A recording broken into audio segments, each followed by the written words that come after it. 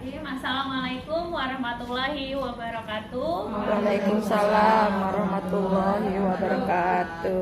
Selamat siang Ibu Bapak semua. Perkenankan, saya Lia Rahma Putri dari CGP Angkatan 10 ingin melaksanakan diseminasi budaya positif di lingkungan sekolah SMPN Negeri 71 Jakarta.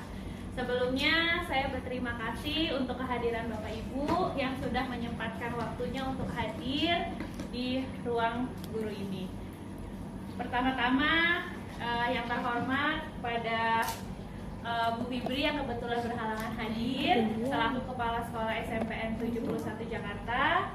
Yang terhormat Bu Mir, Pak Bambang, dan Mbak Vivi selaku Wakil Kepala Sekolah dan beserta staf. Yang terhormat Bapak Ibu Guru SMPN Negeri 71 Jakarta. Sebelumnya di sini saya ingin membahas tentang budaya positif di lingkungan sekolah kita. Pasti kita sebenarnya sehari-hari pasti pernah melaksanakannya, namun kita belum ternyata itu ya budaya positif yang sudah pernah kita lakukan. Hanya kita pernah melakukan tapi belum tahu namanya. Ya, oke, di sini tujuan dari penyampaian diseminasi positif ini adalah menyampaikan pembelajaran dari penerapan konsep inti dari modul budaya positif serta pemahaman mengenai konsep inti dalam modul budaya positif. Dan di budaya positif ini terdiri dari 6 poin yang akan saya bahas dan akan kita diskusikan bersama, yaitu terdiri dari disiplin positif, motivasi perilaku manusia, keyakinan sekolah atau kelas, kebutuhan dasar manusia, posisi kontrol restitusi, dan segitiga restitusi. Yang pertama, untuk disiplin positif, menurut Ki Hajar Dewantara, seseorang yang memiliki disiplin diri berarti mereka bisa bertanggung jawab terhadap apa yang dilakukannya karena mereka mendasarkan tindakan mereka pada nilai-nilai kebajikan universal. Jadi disiplin positif ini merupakan suatu cara penerapan disiplin yang mengajarkan anak bertanggung jawab dan menumbuhkan kesadaran diri berdasarkan nilai-nilai kebajikan. Tujuannya menjadikan murid memahami, menyadari, dan melakukan suatu tindakan berdasarkan nilai kebajikan universal tanpa paksaan, pujian, ataupun hukuman. Oke, nah nilai-nilai kebajikan universal ini adalah nilai kebajikan yang berarti nilai-nilai yang disepakati bersama lepas dari suku bangsa, agama, bahasa maupun latar belakangnya.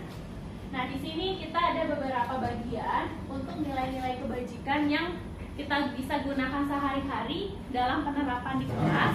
Yang pertama adalah profil pelajar Pancasila. Kita profil pelajar Pancasila ini adalah yang sudah kita pahami sehari-hari, yaitu terdiri dari 6 bagian, yaitu beriman, bertakwa kepada Tuhan Yang Maha Esa dan berakhlak mulia, mandiri, bernalar kritis, berkebinekaan global, bergotong royong, dan kreatif. Dan nilai kebajikan menurut IBO Primary Years Program, sikap murid itu terdiri dari toleransi, rasa hormat, integritas, mandiri, menghargai, antusias, empati, keingintahuan, kreativitas, kerjasama, percaya diri, dan komitmen. Lalu nilai kebajikan dari 9 karakter, yaitu cinta Tuhan dan segenap ciptaannya, kemandirian dan tanggung jawab, kejujuran, diplomatis, hormat dan santun, dermawan, suka menolong dan gotong royong, percaya diri, kreatif, dan bekerja keras, kepemimpinan dan keadilan, baik dan rendah hati, toleransi, kedamaian, dan kesatuan. Nah, untuk petunjuk seumur hidup dan keterampilan hidup, ada ini ya, terdiri dari dapat dipercaya, lurus hati, pendengar yang aktif, tidak merendahkan orang lain, memberikan yang terbaik untuk dirinya. Jadi secara semua poin-poin ini adalah menuju untuk ke nilai-nilai kebajikan yang bisa kita gunakan sehari-hari dalam penerapan di kelas. Lanjut. Nah, untuk dari keseluruhan kebajikan itu bisa dirangkum ke dalam tabel yang ada di sini. Dan nilai-nilai kebajikan ini yang dapat kita gunakan dalam penerapan di kelas dalam pembuatan keyakinan kelas atau keyakinan sekolah. Sebelum saya lanjut, kira-kira Bapak Ibu ada nggak yang pernah melakukan membuat keyakinan kelas? Atau dulu kesepakatan ya Bu ya? Ada yang pernah? Bu Rini pernah ya? Bu Linda? Oh ya Bu Mir. Kalau dulu biasanya kita mendengar kata peraturan kelas, benar nggak Bapak Ibu? Peraturan kelas, peraturan sekolah. Biasanya apa sih kata-kata di peraturan kelas itu? Biasanya coba, boleh sebutin satu. Kalau di peraturan biasanya dilarang. Dilarang apa boleh Bu Mir? Satu contoh. Dilarang datang terlambat. Dilarang datang terlambat itu di dalam peraturan sekolah atau peraturan kelas itu menggunakan kalimat-kalimat dilarang. Nah, sekarang dari kata-kata itu kita mencoba untuk merubah menjadi kalimat positif. Jadi dengan harapan ada hasil-hasil yang memang lebih positif. Kalau dilarang datang terlambat, kira-kira kalimat positifnya menjadi apa? Datang tepat waktu. Datang tepat waktu. Jadi datang tepat waktu itu yang dapat kita gunakan sebagai keyakinan kelas sekarang namanya. Jadi diusahakan di awal pertemuan kita nanti, karena ini kan kebetulan udah akhir semester nih Bapak Ibu. Saya sendiri pun memang belum melaksanakan di awal semester belum ada keyakinan kelas, tapi dari materi di CGP ini saya belajar bahwa kita bisa membuat keyakinan kelas itu di awal tahun nanti atau di awal semester ya. Jangan harapan kita punya kesepakatan nih antara guru dan siswa ya. Jadi ntar mungkin bisa Bapak Ibu terapkan di kelas di awal pertemuan awal. Kalau bingung mau ngapain, kita bikin dulu nih keyakinan kelas. Keyakinan apa sih yang bisa kita sepakati dari datang tepat waktu? Ada lagi yang kira-kira? Makan di luar, Makan? jangan di dalam pembelajaran. Oke, makan berarti kira-kira apa positifnya? Berdoa sebelum belajar. Berdoa sebelum belajar boleh. Makan sesuai Jam. tempatnya ya, makan sesuai jamnya, makan sesuai tempatnya. Nah, ini dapat kita gunakan dalam pembuatan kesepakatan kelas. Oke, kita lanjut dulu. Nah, di sini anak-anak pasti punya adanya motivasi dari dalam dan motivasi dari luar. Nah, untuk motivasi eksternal ini mereka melakukan sesuatu hal untuk menghindari ketidaknyamanan atau hukuman dan untuk mendapatkan imbalan atau penghargaan dari orang lain. Dan motivasi internalnya adalah untuk menjadi orang yang mereka inginkan dan menghargai diri sendiri dengan nilai-nilai yang mereka percaya. Nah, untuk di sini pasti kita pernah nggak Bapak Ibu nanya ke anak, apa sih alasan kamu bersekolah? Ada yang pernah jawab apa kira-kira? Biar tidak dimarahin orang tua. Biar tidak dimarahin orang tua, biar dapat jajan. Seruan di sekolah. Seruan di sekolah Bu daripada di rumah. Kira-kira jawabannya rata-rata seperti itu ya. Nah, kira-kira dari jawaban anak-anak itu termasuknya motivasi eksternal atau motivasi internal? Eksternal. Jadi mereka melakukan berangkat ke sekolah itu karena memang pengen dapat jajan atau biar tidak diomeli orang tua. Nah, ini adalah motivasi eksternal untuk menghindari hukuman dan untuk mendapatkan imbalan. Nah, itu kalau misalkan mereka, tapi ada nggak sih anak kita yang memang tujuan sekolahnya untuk mendapat ilmu? Pasti ada ya Bu ya. Pasti ada anak kita yang memang berangkat ke sekolah untuk mendapat ilmu, untuk mendapatkan pendidikan yang lebih baik. Nah, kalau ada anak kita yang memang sudah berpikiran seperti itu, berarti mereka sudah timbullah ilmu motivasi internal. Ya, jadi mereka sudah tumbuh menjadi orang yang mereka inginkan dan menghargai diri sendiri dengan nilai-nilai yang mereka percaya. Bahwa mereka percaya kalau pendidikan itu bisa membawa kehidupan mereka menjadi lebih baik. Nah, selanjutnya dari kalau sebelumnya ada anak-anak yang memang berangkat ke sekolah takut orang tuanya marah. Nah, di sini kita juga ada hukuman, konsekuensi, dan restitusi. Kira-kira kita nih selama ini menerapkan ke anak-anak kita gimana sih? Biasanya memberi hukuman kah, atau konsekuensi kah, atau restitusi? Hukuman. Hukuman. Nah, sekarang di sini ada saya membuat perbandingan dari ketiga hal ini. Ada hukuman, konsekuensi, dan restitusi. Ya, kalau di hukuman itu bersifatnya tidak terencana atau tiba-tiba. Jadi kalau ada anak yang telat, udah kamu beresin lapangan, nyapu. Itu hukuman apa bukan? Hukuman. Ya, terus misalkan di kelas ngantuk, udah lari aja keliling lapangan, itu hukuman atau bukan? Hukuman ya. Terus hukuman bersifat satu arah dari pihak guru yang memberikan tanpa melalui kesepakatan. Jadi suatu peraturan pasti ada hukuman dan ini hanya dari kita. Ya, jadi peraturan itu memang dibuat oleh guru atau sekolah dan tanpa melibatkan peserta didik. Tapi kalau keyakinan itu melibatkan peserta didik dengan harapan tidak adanya hukuman. Terus yang ketiga, hukuman yang diberikan bisa berupa fisik maupun psikisnya. Karena kita seringkali memang kalau udah capek, terus anak-anak kita membuat suatu hal, pasti kita secara nggak langsung, kamu ini pasti ngomel-ngomel gitu ya Bu ya. Itu kayak apa ya, naluri juga ya. Itu adalah salah satu tindakan hukuman. Nah, yang kedua adalah konsekuensi. Kalau konsekuensi ini sudah terencana atau sudah disepakati, sudah dibahas dan disetujui oleh murid. Jadi kita udah ngasih tahu, nah kalau kamu misalkan telat, konsekuensinya ini ya. Jadi anak sudah tahu ketika misalkan dia bakalan melakukan kesalahan lagi, dia sudah tahu akibatnya apa. Dia udah tahu, oh iya Bu, konsekuensinya kalau saya telat maka saya harus istirahat lebih lama. Ya, itu salah satu konsekuensinya. Anak sudah tahu, kita memberitahu sebelumnya dan anak sudah tahu itu adalah konsekuensinya kalau dia melakukan kesalahan. Jadi sudah mengetahui sebelumnya konsekuensi yang akan diterima bila adanya pelanggaran. Terus pada konsekuensi, murid dibuat tidak nyaman untuk jangka waktu yang pendek. Jadi kalau misalkan ada siswa yang telat 10 menit, maka konsekuensinya itu dia harus istirahatnya telat 10 menit. Itu bikin anak tidak nyaman gak sih?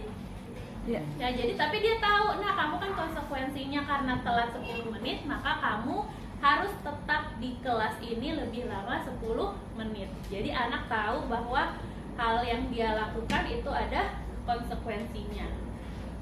Untuk restitusi sendiri, restitusi itu adalah proses menciptakan kondisi bagi murid untuk memperbaiki kesalahan mereka sehingga mereka bisa kembali pada kelompok mereka dengan karakter yang lebih kuat. Terus restitusi juga adalah proses kolaborasi yang mengajarkan murid untuk mencari solusi untuk masalah dan membantu murid berpikir tentang orang seperti apa yang mereka inginkan dan bagaimana mereka harus memperlakukan orang lain. Ya, kalau di restitusi ini kita semua yang itu dari murid, kita memberi ini. So, kira-kira solusinya apa sih Nak kalau kamu misalkan melakukan hal itu? Jadi murid sadar diri bahwa dia salah. Ya, jadi murid memvalidasi tindakannya yang salah dan dia juga yang memberi solusi bahwa kita harus gimana. Itu jadi dari ketiga ini semuanya mempunyai perbedaan ya. Nah, kira-kira di antara ketiga ini yang paling tepat kita terapkan yang mana sih ya? Restitusi. Kita berharap semua yang kita lakukan ya menggunakan restitusi. Nanti selanjutnya akan saya coba jelaskan tentang segitiga restitusi. Di sini ada perbedaan tabel, perbedaan hukuman, konsekuensi, dan restitusi. Ya, jadi kalau misalkan hukuman, dia termasuknya ke identitas gagal. Jadi dianggap kalau misalkan kita memberikan hukuman, maka anak akan ingat bahwa itu adalah hal yang negatif gitu. Misalkan kita memberi hukuman sampai melukai hatinya, pasti secara nggak langsung itu kayak jangka panjang. Jadi, oh saya dulu pernah dihukum dia sama Bu Lia. Jadi sebenarnya kita nggak niat nih mau memberi hukuman, tapi bagi diri dia ngerasain kalau ternyata hukuman itu membekas, ya. Jadi sesuatu yang menyakitkan. Terus hukuman itu tidak nyaman untuk jangka waktu panjang. Jadi di mereka akan ingat terus nih kalau dulu pernah dikasih hukuman oleh kita. Terus korban mendapatkan keadilan, terus murid atau anak akan tersakiti. Ya, jadi kita kalau ngasih hukuman, kalau misalkan ada dua orang yang berantem nih, yang satu korban, yang satu pelaku, pasti kan korban keadilan karena kita ngerasa ngebelanya ya. Jadi yang pelakunya itu bikin ngerasa oh nggak dibela untuk dihukuman. Tapi kalau di restitusi kita harus mencari kira-kira solusinya apa sih dari kejadian pemperkelahian itu. Nah, untuk konsekuensi ini tidak nyaman untuk jangka waktu pendek. Terus korban bisa diabaikan dan murid dibuat tidak nyaman. Jadi kalau konsekuensi hanya jangka pendek aja, anak tahu konsekuensinya sehingga mereka mungkin kalau udah tahu konsekuensinya bisa lebih menghindarinya. Kalau restitusi ini adalah pilihan menguatkan murid jangka waktu panjang dan korban mendapatkan ganti serta murid mendapatkan penguatan. Jadi contohnya misalkan ada anak yang jahil nih, ngejailin temennya, nyoret-nyoret. Nah, kalau dia restitusi, mereka konsolis kira-kira solusinya apa nih supaya teman kamu yang kamu coret-coretin ini tidak marah gitu. Jadi yang pelakunya harus keluar dari dirinya sendiri. Iya Bu, saya mengaku salah, maka saya akan mengganti buku yang sudah saya coret-coret. Jadi mereka timbul dari diri dia sendiri bahwa saya harus memberikan solusi, harus mengeluarkan solusi dari tindakan yang sudah saya lakukan.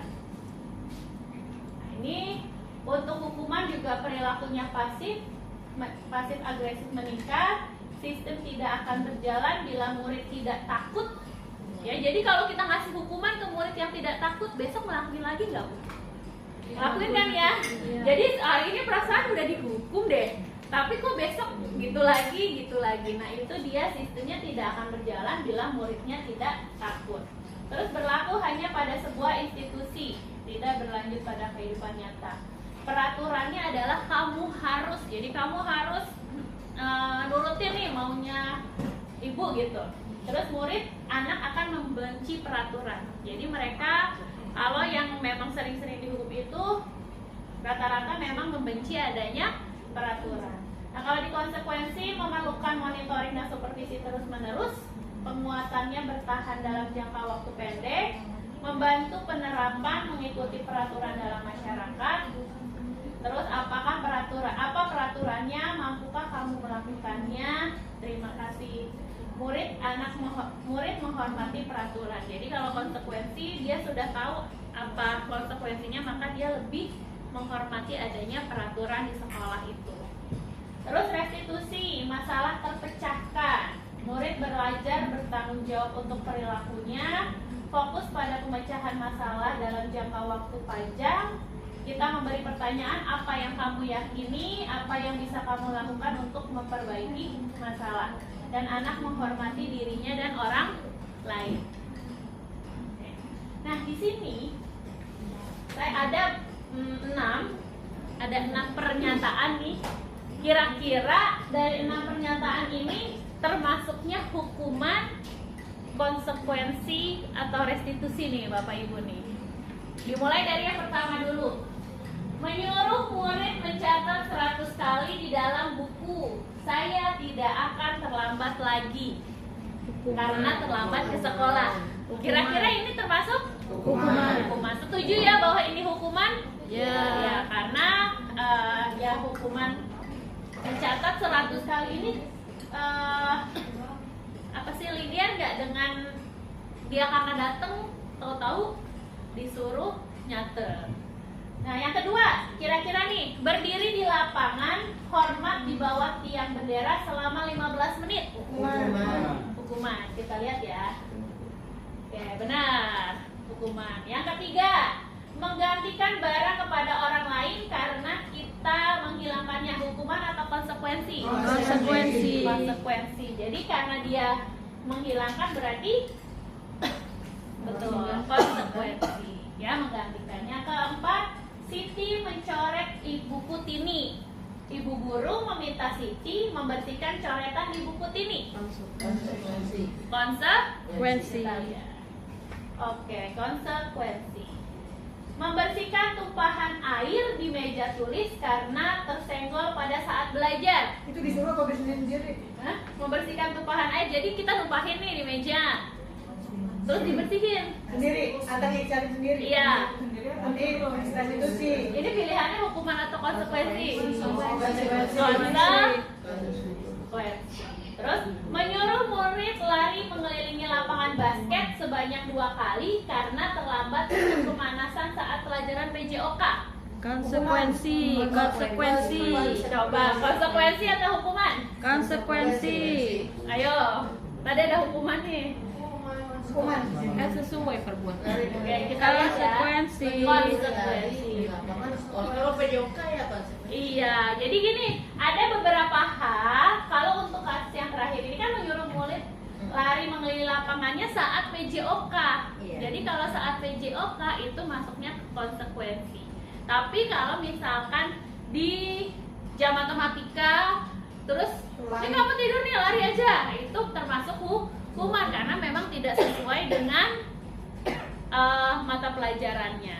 Jadi ternyata secara nggak langsung kelihatannya kita menganggapnya hukuman, padahal ternyata konsekuensi, atau kebalikannya, kita kira itu konsekuensi, ternyata hukuman. Oke, sampai sini ada yang mau ditanyakan Bapak Ibu? Lanjut? Oke, yang ketiga, di sini ada 3 motivasi perilaku manusia. Yang tadi ya, untuk menghindari ketidaknyamanan atau hukuman, untuk mendapatkan imbalan atau penghargaan dari orang lain, dan untuk menjadi orang yang mereka inginkan dan menghargai diri sendiri dengan nilai-nilai yang mereka percaya. Ya, jadi setiap manusia tujuannya tadi ada motivasi internal dan eksternal, dan di sini ada kebutuhan dasar manusia. Ya, setiap manusia pasti mempunyai 5 kebutuhan dasar ini. Ya, yang pertama adalah kebutuhan untuk bertahan hidup, dan terus penguasaan, kebutuhan pengakuan atas kemampuan, kesenangan itu kebutuhan untuk merasa senang, kebebasan kebutuhan akan pilihan, yang kelima adalah kebutuhan akan kasih sayang dan rasa diterima. Nah, kira-kira perbedaannya apa sih? Nah, di sini ada contoh kasus. Kira-kira kita sebenarnya pernah nih ngalamin ini, sering. Saya pas baca modul ini, ada nih di sekolah kita pasti ada. Ya, Ibu Ambar, guru wali kelas 2 di SD Pelita Hati, sedang bingung menghadapi ulah salah satu murid di kelasnya, yaitu Doni. Beberapa anak di kelas 2A telah datang padanya dan mengeluhkan Doni yang sering kali meminta bekal makan siang mereka dengan paksa. Jika Anda menghadapi situasi seperti Ibu Ambar, apa yang akan Anda lakukan? Menurut Anda, kira-kira apa alasan Doni melakukan hal itu? Coba kira-kira nih dari kasus ini, alasan Doni apa sih? Kenapa dia? Cari perhatian. Terus apa lagi? Kelaparan, nggak punya duit. Kelaparan, tidak punya uang. Terus kira-kira apa lagi? Mana nggak ada jajan? Mamahnya nggak ngasih jajan, uang jajannya kurang. Banyak ya alasannya, ternyata beda-beda. Nyari perhatian, terus memang dia butuh untuk lapar, untuk makan, ya. Nah, kira-kira dari kasus Doni, kalau misalkan cari perhatian, kebutuhan dasar apa yang ingin Doni penuhi? Kasih sayang, ya. Jadi si Doni itu sebenarnya punya uang, tapi dia pengen nyari perhatian temennya aja. Itu itu berarti si Doni itu butuh kebutuhan akan kasih sayang dan rasa diterima. Jadi dia cuma mau nyari perhatian gurunya atau teman-temannya doang, makanya dia ngambil. Padahal sebenarnya dia mampu untuk beli, karena dia cuma butuh kasih sayang dari gurunya atau dari teman-temannya, perhatian. Nah, tapi kalau misalkan lapar, berarti kebutuhan apa sih yang pengen Doni penuhi? Bertahan hidup. Kebutuhan bertahan hidup. Ya, pasti kita ini banyak untuk kebutuhan bertahan hidup ini adalah kebutuhan yang memang tidak bisa ditahan. Anak lapar, anak butuh makan, sedangkan dia tidak dapat uang, tidak dapat bekal dari rumah, maka mungkin caranya itu mereka minta ke temannya dengan paksa. Ya, mungkin bisa kira-kira ini mungkin jadi permasalahan juga ya untuk kita semua. Kalau anaknya lapar tapi nggak punya uang, kalau kita ngasih terus-terusan juga nggak mungkin. Maka mungkin nanti bisa didiskusikan kira-kira gimana sih, bisa dengan cara manggil orang tuanya kah, atau kita diskusikan lebih lanjut. Jadi memang kebutuhan untuk bertahan hidup ini adalah yang paling penting ya. Anak berangkat sekolah ya memang harus dibuat kenyang dulu supaya dia tidak melakukan hal-hal yang tidak diinginkan. Nah, dari contoh ini kita bisa melihat dari 5 sudut pandang si Doni. Nah, pertama, alasan Doni yang pertama, karena ia lapar dan orang tuanya tidak membawakan bekal makan siang, maka kebutuhan dasar yang sedang berusaha dipenuhi oleh Doni adalah kebutuhan untuk bertahan hidup. Dia butuh makan. Mungkin dia sudah coba bicara baik-baik sama temennya nggak dapet, makanya dia malak. Maka kebutuhan yang dipenuhi Doni adalah untuk bertahan hidup. Untuk yang kedua, bisa juga tadi yang jawaban karena ingin perhatian, ya, karena dia merasa senang temannya jadi memperhatikan dia. Maka ketika temannya melaporkan tindakannya itu pada gurunya memberitahu ke orang tuanya, sehingga orang tuanya jadi memperhatikan dia juga. Maka kebutuhan dasar yang sedang dipenuhi Doni adalah kebutuhan akan kasih sayang dan rasa diterima. Ya, jadi dia melakukan itu biar gurunya perhatian, temannya perhatian, dan orang tuanya juga perhatian. Dia cuma butuh kasih sayang, tapi namanya anak kelas 2 mungkin pengennya, ibu saya kan pengen disayang. Tapi dia melakukannya dengan ngambil seperti itu. Ya, nanti bisa dengan harapan ketika kasih sayangnya sudah dipenuhi, dia tidak akan melakukan hal negatif lagi. Yang ketiga, karena temannya jadi takut dengan dia dan menuruti keinginannya, maka sebetulnya Doni sedang berusaha memenuhi kebutuhan dasarnya akan kekuasaan. Jadi Doni pengen nunjukin nih kalau dia berkuasa, dia butuh kebutuhan akan kekuasaan. Temannya takut, oke nih saya jadi bos, teman-teman saya takut nih, maka dia ngerasa kebutuhan akan kekuasaannya terpenuhi. Yang keempat, karena dia merasa bosan dengan bekal makanan yang dibawakan ibunya dari rumah, karena ibunya selalu bawainnya bekalnya yang sama, nasi uduk terus gitu misalkan. Oleh karena itu dia ingin mencoba makanan temannya yang beraneka ragam. Maka Doni sedang berusaha memenuhi kebutuhannya akan kebebasan. Ya, dia pengen bebas, dia pengen bekalnya yang beda nih, sedangkan temannya bekalnya beda-beda. Nah, dia melakukan supaya terpenuhi, maka dia mencoba mengambil bekal temannya. Yang kelima, bisa juga dia karena ia melakukannya karena iseng, dan dia menikmati ekspresi wajah temannya yang kesal karena diambil makanannya, dan menurut dia ekspresi teman-temannya itu lucu. Maka Doni sedang berusaha memenuhi kebutuhannya akan kesenangannya. Ada nggak sih anak kita nih ketika udah ngejailin temen pasti seneng? Ada ya? Oh iya. Jadi kalau ini, udah dia udah berhasil ya, udah nangis, itu dia lagi memenuhi kebutuhan akan kesenangannya. Gue udah berhasil, udah bikin dia nangis, udah habis itu ya udah. Tapi sebenarnya dia mungkin gak ada niat itu, cuma karena dia seneng karena udah jailin temennya, maka kebutuhan akan kesenangannya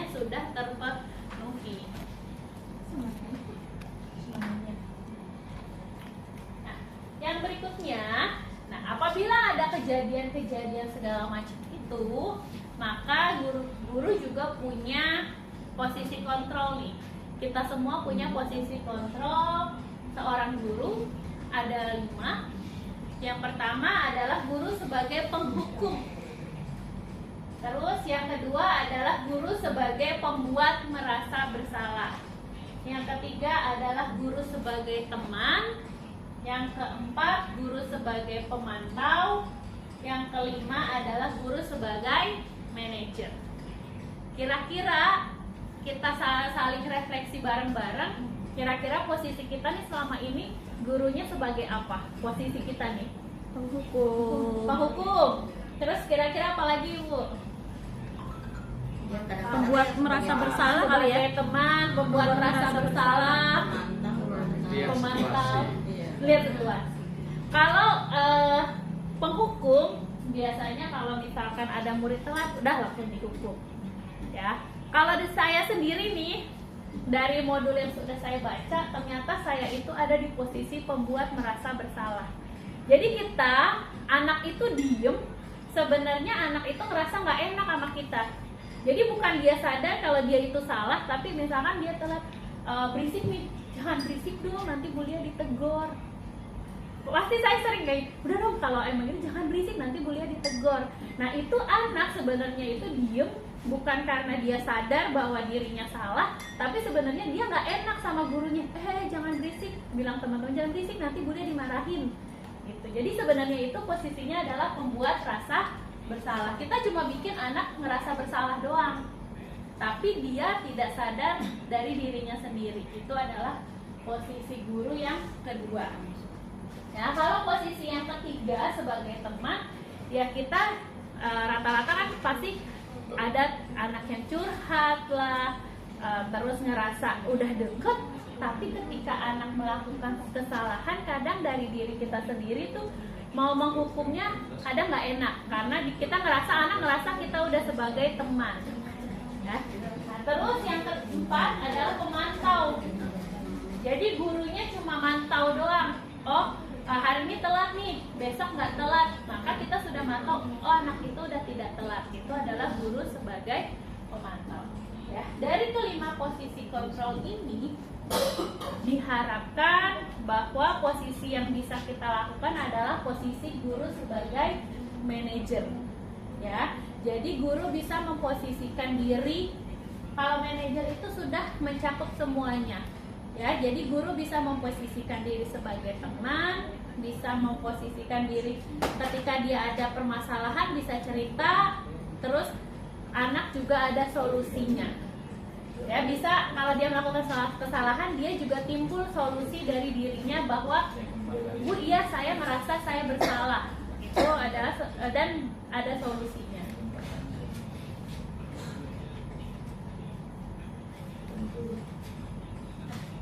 Di sini ada posisi kontrol seorang guru.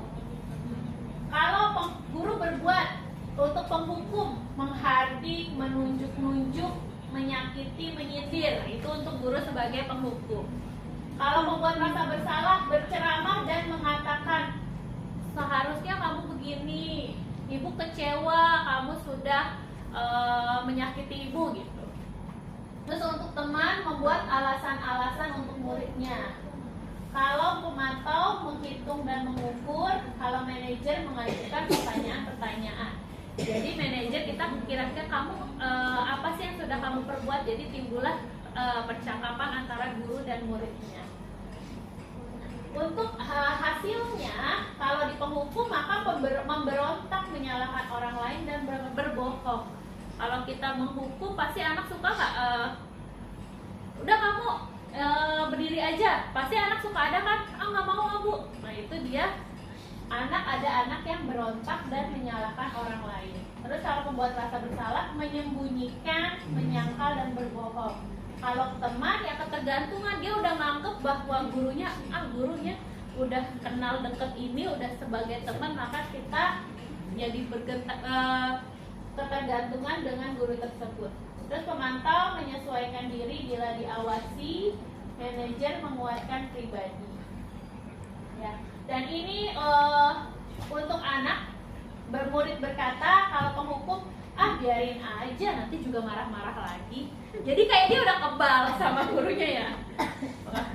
Makanya misalkan, udahlah, biarin aja, besok juga ngomel-ngomel lagi. Ya jadi dia nggak ada, dari diri dia sendiri nggak ada rasa untuk sadar.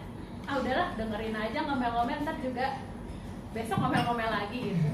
Kalau terus membuat rasa bersalah, pasti ketika kita ngomong, kamu gak kasihan ya sama bulian, ntar boleh ditegur, pasti iya maafin ya bu. Udah, jadi dia cuma mengucapkan maafkan ya bu. Terus kalau teman, saya pikir bapak atau ibu teman saya, ternyata begitu. Jadi dia udah nganggep teman, ternyata gurunya memberikan menegur sesuatu, dia malah nganggepnya kok malah kayak gitu. Memantau berapa banyak bintang HTS ya HTS dong. HTS, oh iya, hubungan tanpa status ya. Jadi anaknya udah nganggep deket, ternyata kan gurunya tetap hukum, tetap hukum ya. Nah terus kalau di manajer bagaimana caranya saya bisa memperbaiki keadaan. Jadi dampak untuk muridnya dengan harapan kalau di manajer ini anak bisa mengevaluasi diri bagaimana cara memperbaiki diri. Ya, jadi anaknya bisa mereka bisa evaluasi diri sendiri nih, kira-kira apa sih selanjutnya supaya saya tidak membuat kesalahan lagi.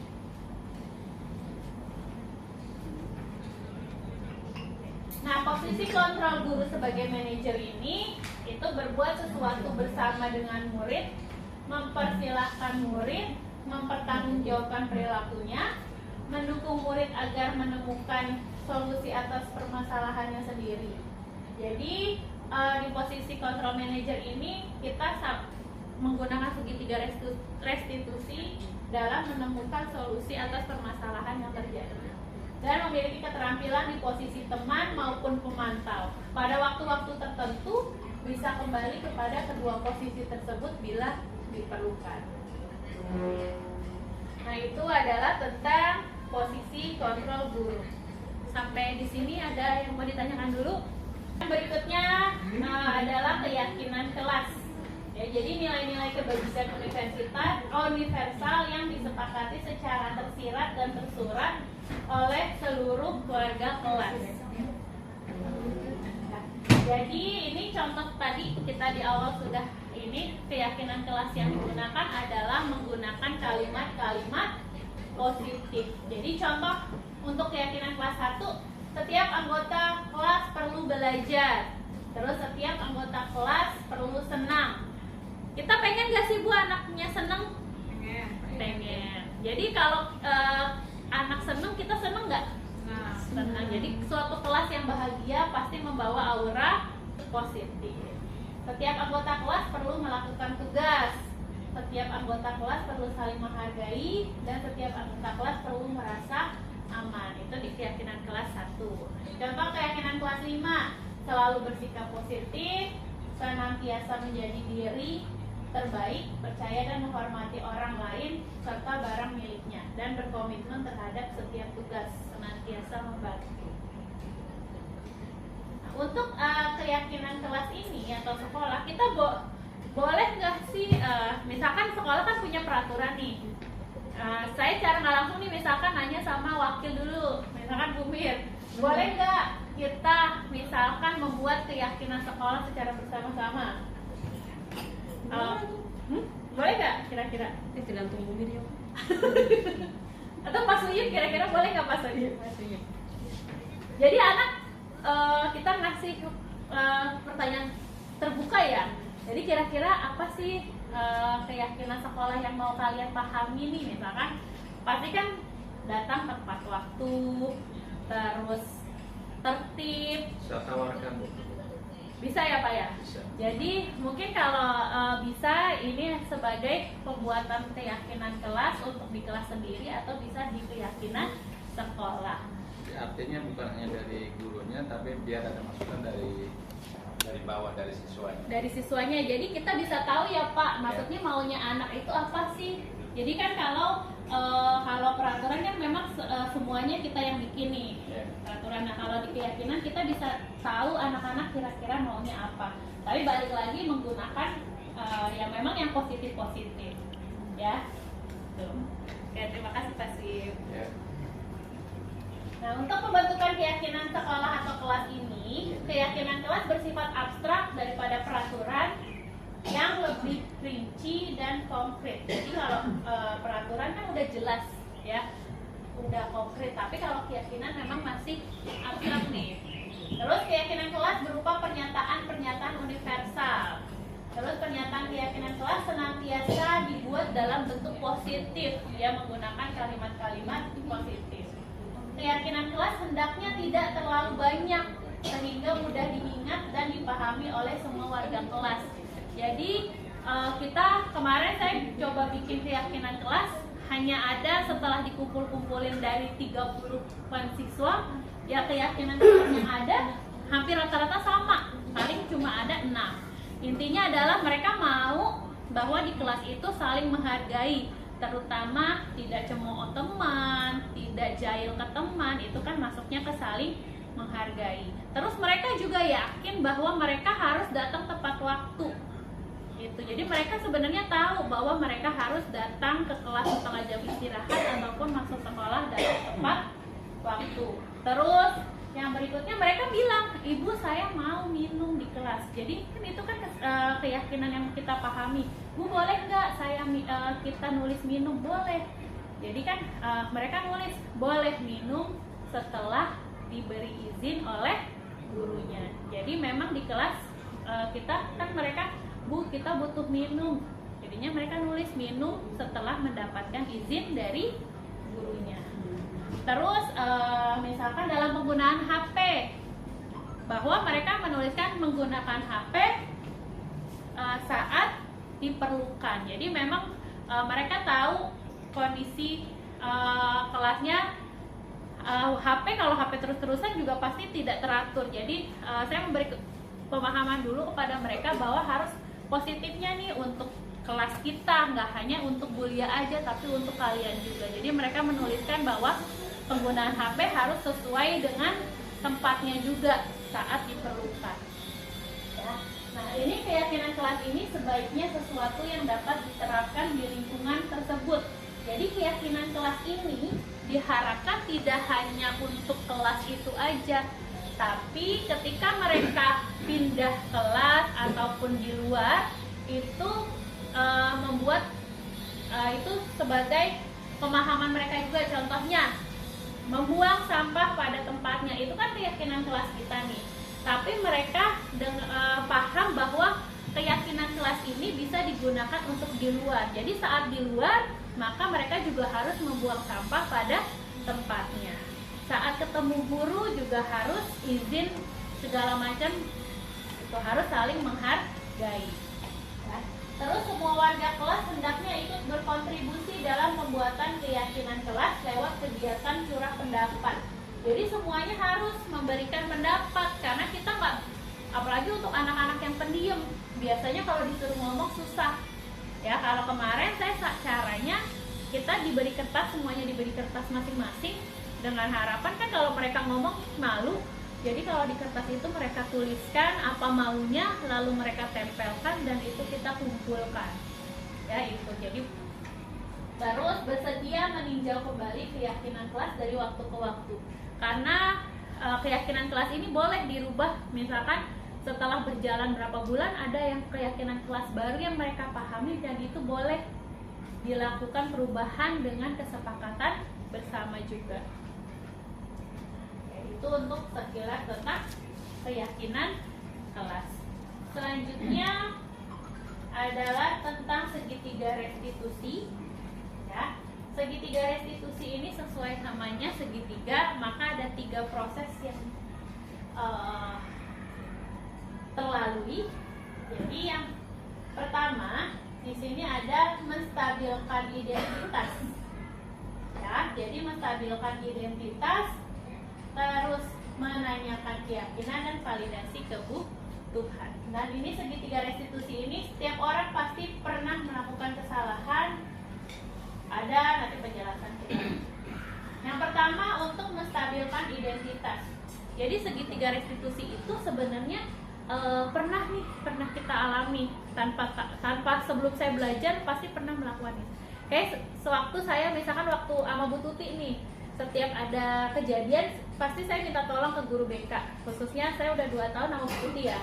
Jadi setiap ada kasus saya minta tolong Bu Tuti, ternyata Bu Tuti sebenarnya udah nih Bu melakukan segitiga restitusi itu.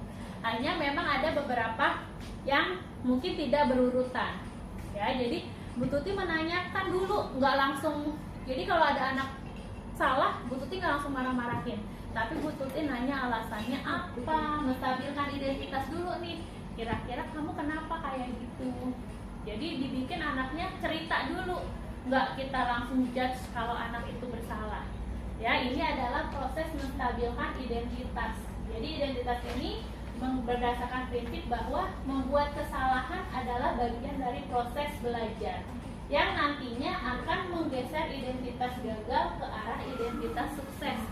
Jadi kita menstabilkan dulu anaknya, biar dia cerita dulu, dengan harapan kalau kita pelan-pelan kan, dengan harapan anaknya bisa cerita semuanya. Kalau kita langsung marah, takutnya malah tidak mendapatkan hasil yang kita inginkan. Dari menstabilkan identitas ini, kata-kata yang bisa kita gunakan adalah berbuat salah itu adalah hal yang manusiawi. Tidak ada manusia yang sempurna. Kita pasti bisa menyelesaikan permasalahan ini. Bapak Ibu tidak tertarik untuk mencari siapa yang benar, siapa yang salah. Bapak Ibu lebih tertarik untuk menyelesaikan masalah. Terus kalau kamu menyalahkan dirimu sendiri terus-menerus, apakah kamu bersikap baik pada dirimu sendiri? Itu adalah proses yang pertama dalam menstabilkan identitas. Yang kedua, validasi tindakan yang salah. Ya, jadi validasi tindakan yang salah dilakukan berdasarkan prinsip bahwa setiap perilaku berupaya memenuhi suatu kebutuhan tertentu, sehingga guru atau orang tua akan bergeser dari pemikiran stimulus respon menjadi proaktif, serta akan lebih mengenali dan mengakui kebutuhan murid atau anak. Ya, jadi kita validasi nih, kira-kira tindakan dia salah kan? Tindakan kamu nih salah. Kira-kira kamu pasti punya alasan mengapa kamu melakukannya. Terus apa yang penting bagi kamu, apa yang kamu lakukan, kenapa sih? Jadi ada validasi tindakan yang salahnya. Kamu boleh tetap berusaha menjaga sikap itu, tapi tambahkan sikap lain yang baru. Maukah kamu belajar cara lain untuk mendapatkan yang kamu butuhkan tanpa harus memukul? Ya, jadi ini validasi tindakan yang salah. Yang ketiga adalah menanyakan keyakinan. Jadi setelah kita mendapatkan alasan dari anak tersebut, anak tersebut itu berusaha untuk mencari solusinya apa sih. Jadi menanyakan keyakinan dilakukan dengan memberi pertanyaan bermakna kepada murid atau anak untuk memunculkan motivasi secara intrinsik sehingga mampu mengaitkan keyakinan dengan tindakan yang salah. Jadi setelah dia tahu bahwa posisinya dia salah, dia ada solusinya. Di sini pertanyaan yang bisa digunakan adalah apa nilai yang kita percaya di sekolah kita, nilai-nilai apa yang telah kita sepakati, kelas yang ideal itu seperti apa, kamu ingin jadi seperti apa yang kamu rasakan ketika melakukan itu. Ya, jadi setelah kita tahu alasannya, kita tanya kira-kira keyakinan kelas apa sih yang kalian langgar. Nah, kira-kira apa solusinya supaya tidak terjadi seperti itu? Ya, ini adalah 3 proses dari segitiga restitusi.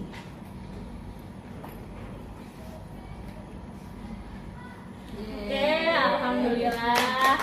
Cukup sekian dari presentasi dari saya. Mohon maaf apabila ada yang kurang. Bila ada pertanyaan, boleh ditanyakan langsung.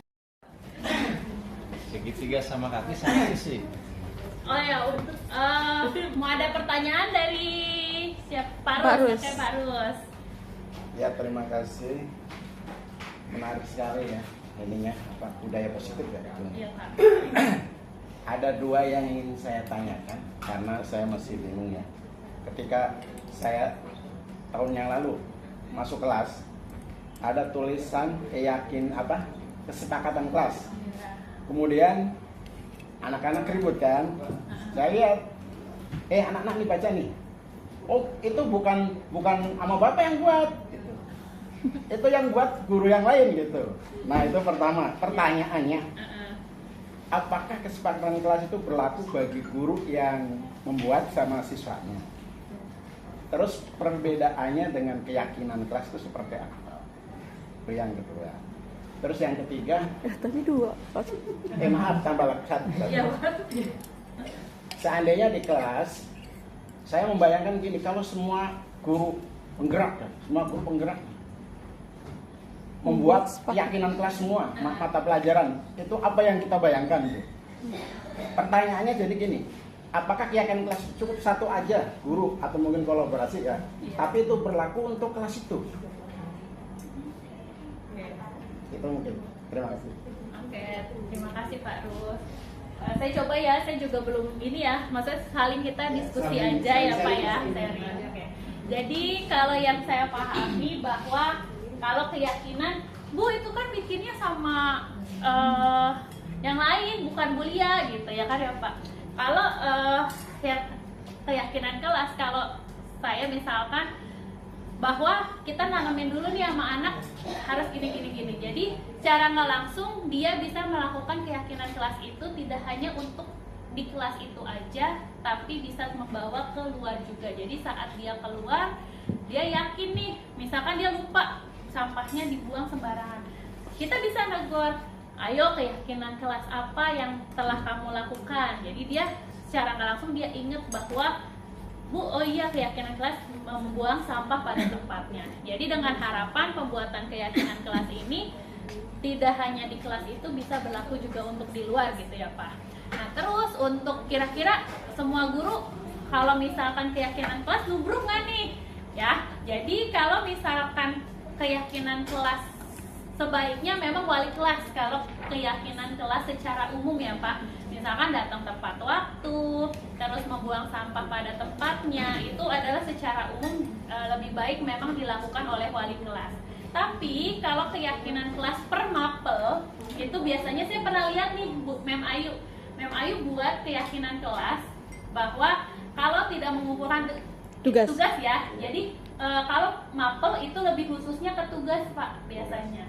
Jadi misalkan yang tidak mengerjakan tugas ada apa, pokoknya harus melakukan apa. Jadi kalau keyakinan kelas yang secara umum oleh wali kelas, kalau mapel memang khusus yang berhubungan dengan selama proses dia belajar. Itu yang saya pahami ya Pak ya. Terus perbedaan kesepakatan sama keyakinan kelas. Kalau dari peraturan itu dari pihak guru aja. Jadi peraturan sekolah, peraturan kelas itu dari guru doang dalam satu sisi. Tapi kalau kesepakatan memang ada kesepakatan nih, misalkan tidak, kalau kesepakatan belum menggunakan kalimat-kalimat positif, jadi tidak membuang sampah sembarangan, ya. Jadi bebas. Tapi kalau sekarang memang udah ada perubahannya dari kesepakatan dirubah ke kalimat positif menjadi keyakinan kelas. Hanya perubahan kata-katanya aja sih Pak, gitu ya. Boleh ada tambahan dari Bu Mir atau Bu Nini? Bu Nini ada? Kemudian ya, mudah-mudahan nggak salah ya.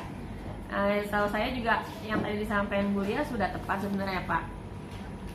Alangkah lebih baiknya nanti di hari pertama kita masuk tahun ajaran baru, karena biasanya kan wali kelas kan hadir di kelas ya Bapak Ibu ya. Nah di situ wali kelas bisa membicarakan hal-hal penting terkait dengan situasi belajar di kelas yang diharapkan ya. Itu tadi penyusunan kesepakatan kelas, keyakinan kelas gitu ya. Baiknya adalah memang wali kelas ya, dan disepakati poin-poinnya itu bisa berlaku umum di semua mata pelajaran. Tapi kalau Bapak Ibu guru nanti mapel ya, Bapak Ibu guru mapel nanti masuk ke kelas, bisa ditanyakan tuh, sudah disusun belum kesepakatan kelasnya? Sudah gitu. Apa saja? Nah, Kalau misalnya ada yang relevan ya terkait dengan pelajaran Bapak Ibu, misalnya itu bisa ditambahkan misalnya. Misal kalau di matematika membawa penggaris ya, membawa penggaris, jangka dan busur pada saat pembelajaran geometri, itu kan bisa disepakati ya pada saat pembelajaran geometri seperti itu. Nah, itu bisa aja Pak Rusnoto. Dan kesepakatan kelas ini sebaiknya setelah ditetapkan itu dibuat seperti jadwal piket ya Bapak Ibu ya, jadi ditempel di kelas gitu memang, sehingga anak-anak tuh setiap hari melihat itu gitu ya. Dan kalau perlu setiap pembelajaran diingatkan lagi ya, kalau misalnya nggak terlalu panjang boleh tuh dideklarasikan setiap mau belajar kesepakatan kelasnya apa. Itu yang pertama itu Pak. Kalau tadi kesepakatan beda kesepakatan sama keyakinan. Kalau keyakinan berhubungan dengan nilai-nilai kebajikan, biasanya dia lebih universal. Ya, misalnya setiap anggota kelas setiap anggota kelas saling menghargai, saling menghormati. Itu kan nilai-nilai kebajikan, saling menghargai, saling menghormati. Tapi kalau misalnya di kesepakatan kelas, ketika seseorang sedang berbicara, maka yang lain wajib mendengarkan. Itu kan dia lebih spesifik ya, lebih spesifik pada saat berbicara, mendengarkan. Itu kalau menghargai kan lebih universal dia. Seperti kalau sedang ada yang berbicara, ketika sedang menunjukkan karya dan lain sebagainya, itu mungkin dia lebih universal. Terima kasih Bu Ini. Terima kasih Pak. Ada yang aneh lagi Pak? Ya, terima kasih Bu. Pemahaman awal saya begini, kalau keyakinan kelas ya itu bisa diperlakukan untuk semua mapel. Kalau kesepakatan itu hanya mapel itu sama siswanya. Itu pemahaman saya, tapi nggak tahu apakah pemahaman saya kurang betul atau salah. Terima kasih.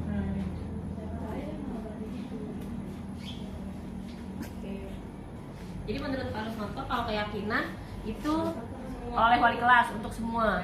Tapi kalau kesepakatan hanya untuk berlaku untuk apa? Mapel itu sama siswanya, karena kasus yang saya awali gitu. Jadi waktu saya ini ada yang siswanya masih ngungsi, terus anak rame, tolong nih, ini bagus nih. Anak tidak boleh 74 dulu kan Bu ini yang buat. itu pas pelajaran saya Pak. Iya kan? Terus anak jawab, Pak, itu kan yang buat guru matematika. Terus lah, ini kan bisa berbuat untuk semua guru gitu. Ya karena waktu itu kan saya melihat kita belum familiar nih sama kesepakatan kelas. Kemudian habis belajar masalah modul budaya positif, biasanya mau nerapin, dibilang terlambat, jadi dia terlambat. Harusnya kan itu di awal tahun pelajaran ya. Saya coba di awal semester 2 waktu itu ya, proses untuk membuat kesepakatan kelas ya. Karena pada saat itu adalah mapel saya ya, jadi saya klaim itu adalah kesepakatan kelas pada saat belajar matematika. Tapi saya bilang, nah ini kalau kamu mau berlakukan juga untuk kesepakatan kelas, silahkan gitu ya. Toh kesepakatan kelas itu sebenarnya kalau itu adalah hal-hal yang positif ya, budaya positif, harusnya nanti muaranya adalah karakter ya, mendarah daging tidak hanya pada saat di kelas tapi juga di luar kelas. Toh kan ada tentang saling menghargai juga di luar kelas gitu ya, tentang kebersihan juga gitu, ada gitu sih gitu Pak Rusnoto. Jadi ceritanya ceritanya seperti itu Ya, pas. Oke. Pengennya sih ya anak-anak setelah direstitusi, setelah kita buat keyakinan, kita pasti pengennya semuanya berubah gitu ya Bu. Tapi kan nggak mungkin ya proses cuma satu kali restitusi langsung berhasil. Kita nggak mungkin, pasti semuanya butuh kerjasama antar semua pihak dengan harapan memang keyakinan sekolah yang sudah kita buat, yang kita jalani memang bisa membawa anak-anak ke arah yang lebih baik. Karena kita ya semua ini memang kita lakukan pasti sesuai KHD juga ya, Ki Hajar Dewantara, bahwa pembelajaran itu memang harus berpihak ke murid. Jadi apa yang kita lakukan semuanya memang harus berpihak pada murid. Walaupun kita kalau murid dibela terus gimana, misalkan mau sadar, tapi ternyata kalau kita bermuara ke murid dengan harapan kalau apa yang kita berikan dengan cinta, apa yang kita lakukan memang dengan kasih sayang, kita senang, bisa membawa anak-anak, oh ternyata guru kita sayang ya sama kita, pengennya mereka dari hal yang mereka terima kasih sayang itu bisa membawa mereka ke arah yang baik. Jadi awalnya mereka ngerasa nggak disayang, terus ketika ngerasa di sekolah ini menjadi disayang oleh guru-gurunya, bisa membawa mereka ke arah yang memang menjadi anak yang baik. Itu aja. Oke, ada lagi Bapak Ibu? Oh, Bu Eka. Enggak nanya deh.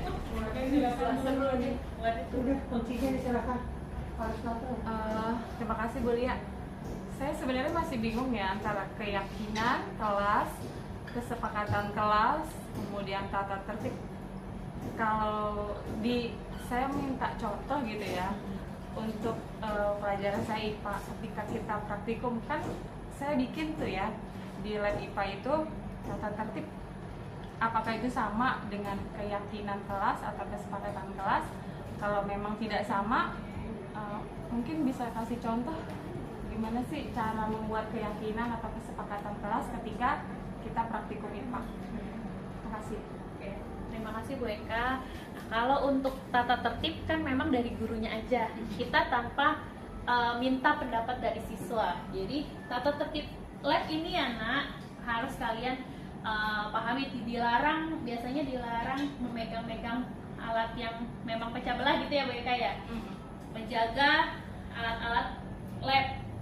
Tapi kalau keyakinan kita menanyakan dulu nih di kelas, di awal ketika Bu Eka pertama kali masuk lab, itu kita nanya secara langsung, nanya ke anak nih Bu Eka, ya anak-anak, kira-kira keyakinan lab kita apa, keyakinan kita di lab harus ngapain.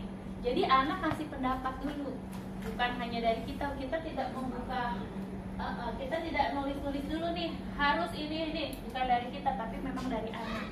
Misalkan Bu, keyakinan kelasnya dari memang Bu boleh misalkan boleh memegang alat yang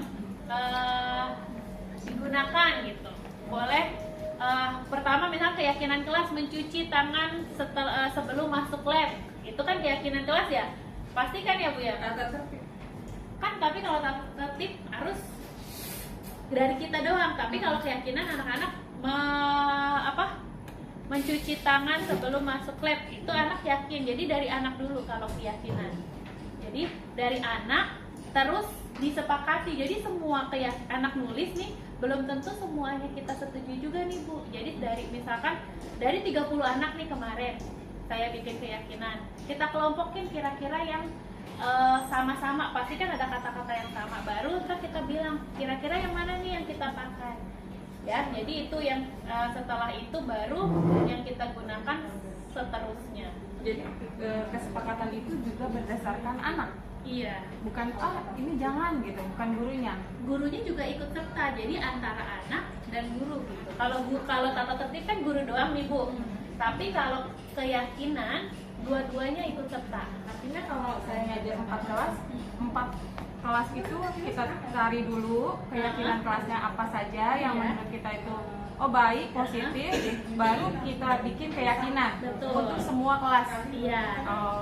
Itu yang untuk mapel ya. Iya. Tapi kalau wali kelas kan itu di awal kan. Boleh, kayak Bu Ayu pasti punya kan, kalau di kelas kita Bu Ayu ada ya keyakinan kelas 75. Pasti Bu Ayu keyakinan kelas 75 akan berbeda dengan keyakinan kelas 74, 73. Ya nggak Bu Ayu? Jadi memang tiap kelas, karena kan orangnya yang ngasih pendapat juga beda-beda. Pasti anak yang satu maunya begini, tapi anak kelas lain belum tentu itu mau. Tapi kita bisa pilih ya. Oh ini nggak boleh Nak. Keyakinan kelas ini tidak boleh di saya. Kan itu misalkan ada anak kemarin ada yang nulis gini, Bu boleh makan. Nah, Tapi kita bilang, kalau coba deh, kalau kalian bayangin Bulia lagi ngomong, kalian makan, enak gak dilihatnya? Jadi balik lagi kita ngasih pandangan ibu, misalkan Bu boleh makan dan minum. Terus saya kasih pandangan, misalkan Bulia lagi jelasin kalian makan nasi uduk, enak gak dilihatnya? Enggak Bu. Nah berarti yang kita tulis hanya memang minum aja. Jadi kalian boleh minum, tapi kalau untuk makan hanya sesuai jam istirahat gitu. Jadi beberapa bagian yang memang tidak kita setujui itu boleh tidak dimasukkan ke keyakinan kelas. Ya, Bu Ika.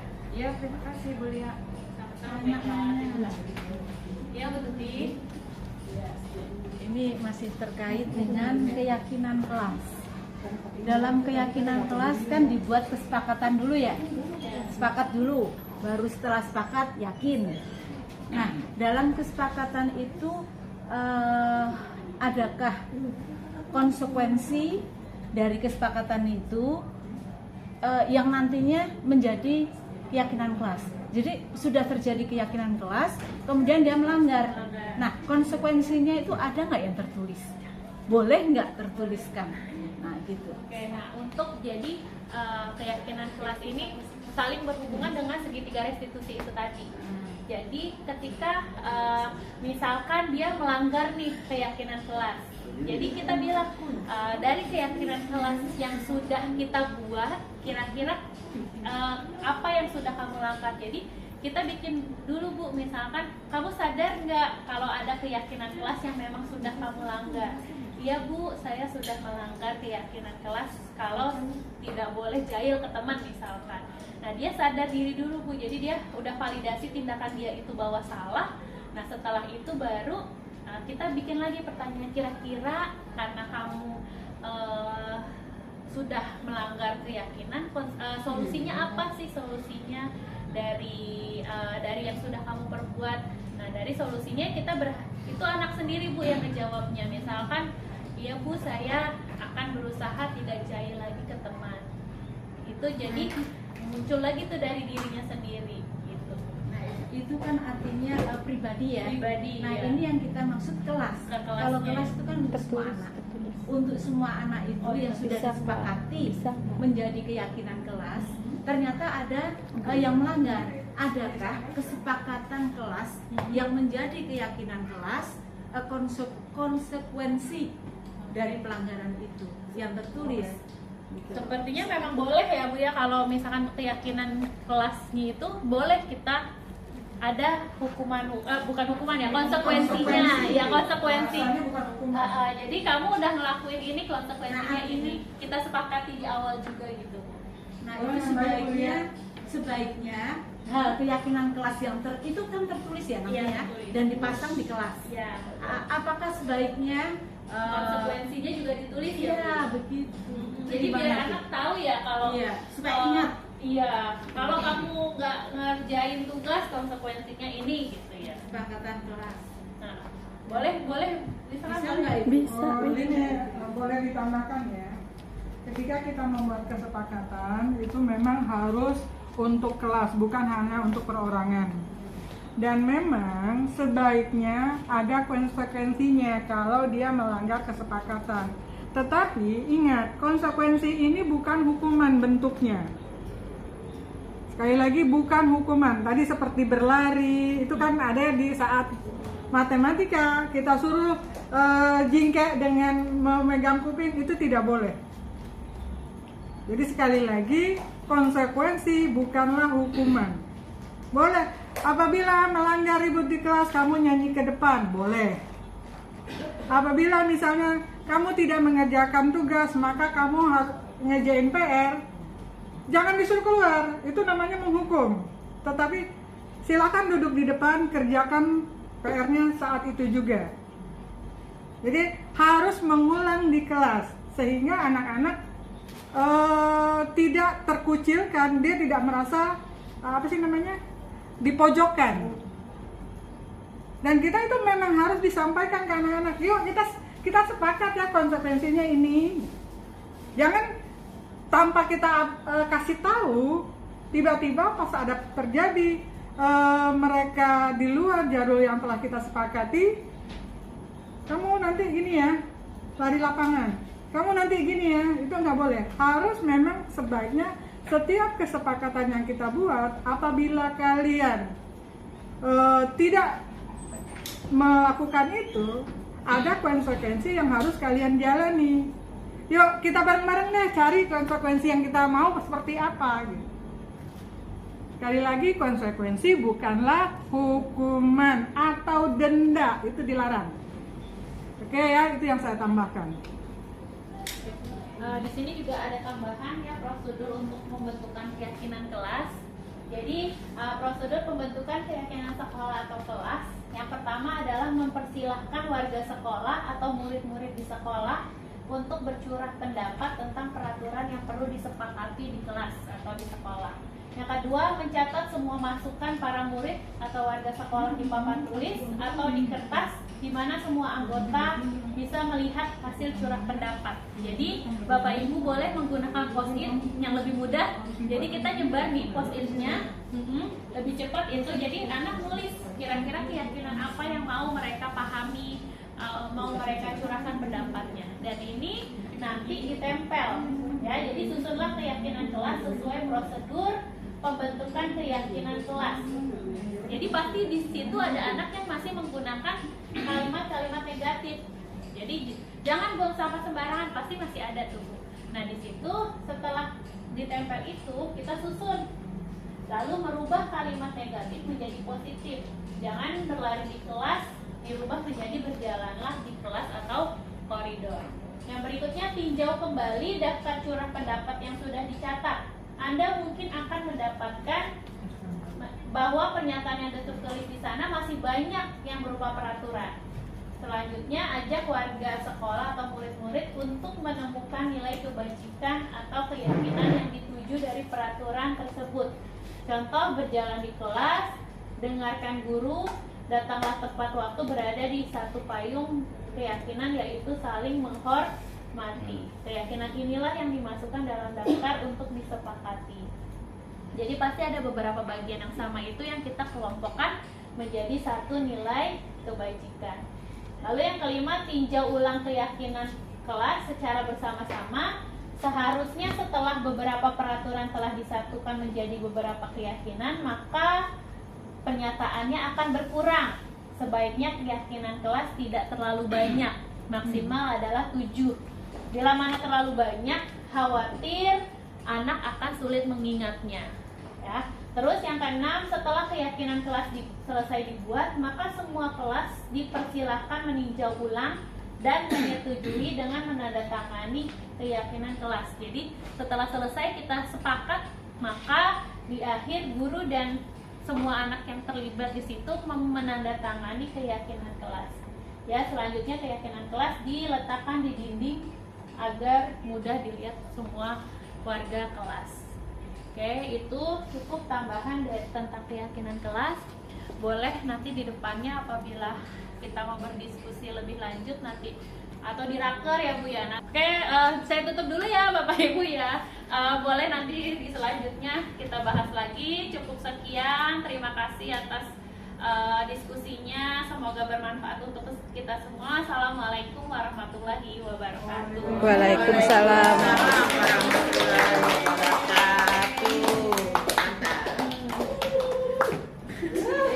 Assalamualaikum warahmatullahi wabarakatuh.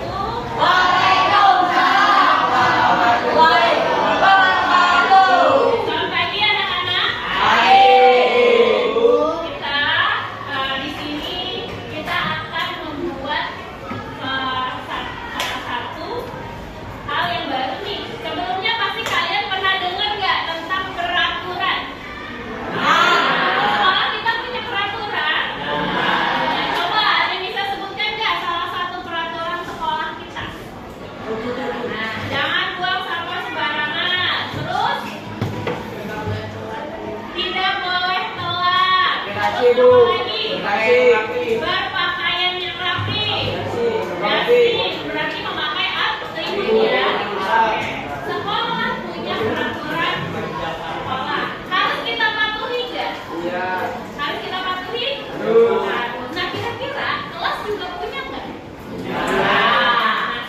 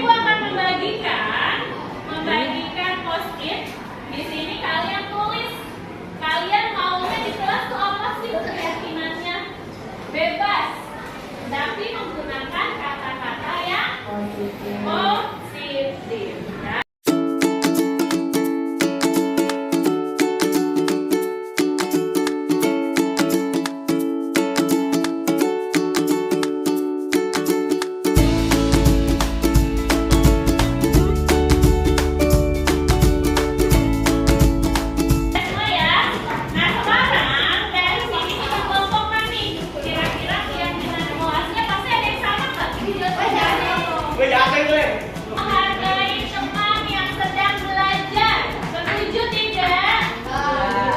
Tidak. Ya. Supaya apa sih kalau menghargai? Supaya tertib ya. Nah di sini ada yang berbarengan nih, menghargai teman dan menghargai guru. Ibu ya. Iya, menghargai teman juga. Tapi selalu menghargai teman.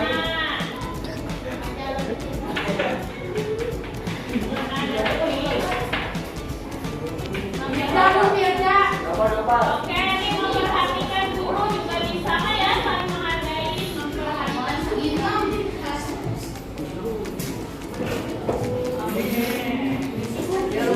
menghargai teman. Oh banyak nih, berarti kalian pengen nggak kalau di kelas saling menghargai? Kalau kita mau dihargai oleh teman, kita harus mulai dengan menghargai orang lain. Kalau nggak mau dijailin, boleh nggak jail? Oke, jadi kita harus dari diri kita sendiri. Oke, terus menghargai manfaatnya. Terus menggunakan HP dengan izin dari guru. Setuju? Setuju ya, sesuai dengan yang sudah kita jalani. Menggunakan HP harus izin. Terus memakai seragam yang rapi. Setuju tak? Setuju, memakai seragam yang rapi. Jadi kalau ada temannya yang pakai bajunya keluar, boleh dikasih hak. Kamu ingetin kalau ada yang keluar nih, misalkan kamu inget nggak keyakinan kelas kita bajunya harus rapi. Menghargai satu sama. Oke, memakai seragam yang rapi nih sama ikut. Yang berikutnya, mengerjakan piket bersama-sama. Setuju? Enggak. Sama-sama sih. Mengerjakan berarti apa? Mengerjakan piket sesuai. Oke, berarti setuju ya kalau ada piket ya. Jadi kalau pokoknya mengerjakan piket bersama. Buang sampah pada tempatnya. Setuju? Setuju. Ya, sama dengan piket. Terus datang kelas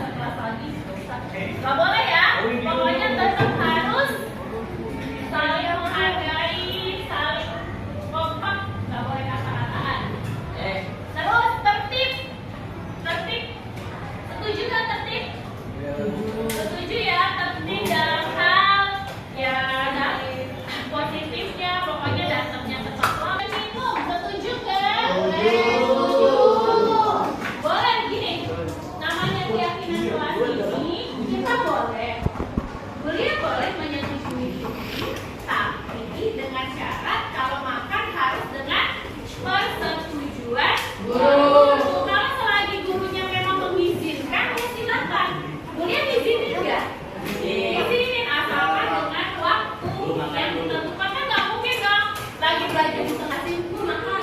Boleh nggak? Yang penting di awal biasanya guru-guru akan mengizinkan di jam pertama, ya kan? Di jam pertama untuk kalian sarapan terlebih dahulu, terutama jam pertama tuh.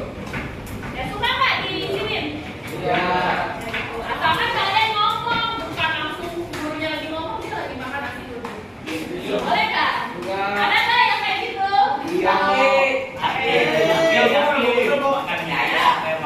Kalau minum, ya minum kan kalian juga sudah bagus nih kalau mau minum izin dulu. Jadi tidak boleh berisik di kelas atau saling menghargai teman. Dan ini adalah kesepakatan yang sudah kalian tuliskan. Coba kita rangkum yuk. Pertama, apa aja? Saling menghargai sesama teman dan guru. Itu pertama. Yang kedua tadi ada apa lagi? Apa lagi yang kedua? Memakai atribut dan pakaiannya rapi. Terus apa lagi? Melaksanakan piket. Apa sesuai jadwalnya? Apa lagi? Menggunakan HP saat diizinkan oleh guru. Oke, apa lagi? Datang tepat waktu. Apa lagi, Fahri? Ayo, apa lagi? Boleh makan dan minum asalkan dengan izin guru. Oke, dia menjaga kebersihan. Oke. Jadi itu adalah keyakinan kelas kita. Udah setuju semua? Oke. Kalau sudah setuju, kuliah kita kalian tanda tangani.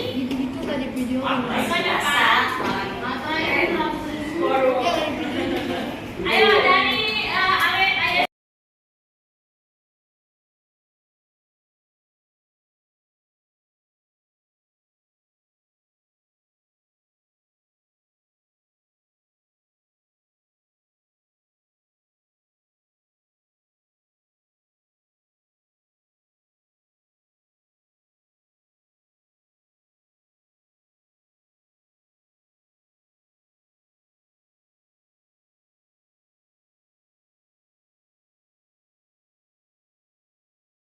Assalamualaikum warahmatullahi wabarakatuh. Nama saya Muhammad Rizky. Mengapa keyakinan kelas sangat penting? Karena menjadi lingkungan kelas tentram, bersih, nyaman. Dan terima kasih. Wassalamualaikum warahmatullahi wabarakatuh. Assalamualaikum warahmatullahi